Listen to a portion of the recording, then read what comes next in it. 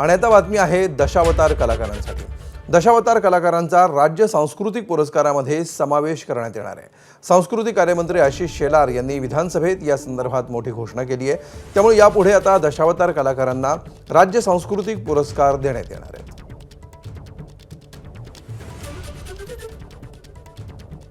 सर्व आमच्या दशावतारी कलाकारांसाठी अनुदान आणि बरोबरीने प्रयोगासाठीचं अनुदान करण्याची योजना आहे का? तर अध्यक्ष महोदय 1 जानेवारी 2008चा आपला GR आहे आणि त्याप्रमाणे विशेषतः 5 विविध कलांसाठी लोककलांसाठी आपण त्यामध्ये प्रावधान केलं।